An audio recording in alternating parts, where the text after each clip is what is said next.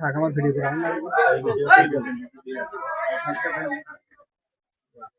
আমার দোকানে আজকে রাত্রি চুরি হয়েছে। এই দোকান খুলে ফার্স্ট টাইম এই টাইল লেবারটা পাওয়া গেছে, এইটা দিয়ে মোটামুটি দোকানের ড্রেস ভাঙার চেষ্টা করেছে। দোকানে টাকা ছিল 40-50 হাজার টাকা, সেগুলো ড্রেস থেকে নিয়েছে। ওখানে মোবাইল ছিল 15টার বেশি, এখানে মোবাইল ছিল, মোবাইল গুলো মোটামুটি নিয়ে এনেছে। এখানে অনেক দামি সিগারেট ছিল, আপনার ব্যঞ্জন গোল্ডে এরকম দামি দামি সিগারেট ছিল পাইকারি বেশি, সেই সিগারেট গুলো মোটামুটি চলে গেছে, টুকটাক সকল রকম মাল।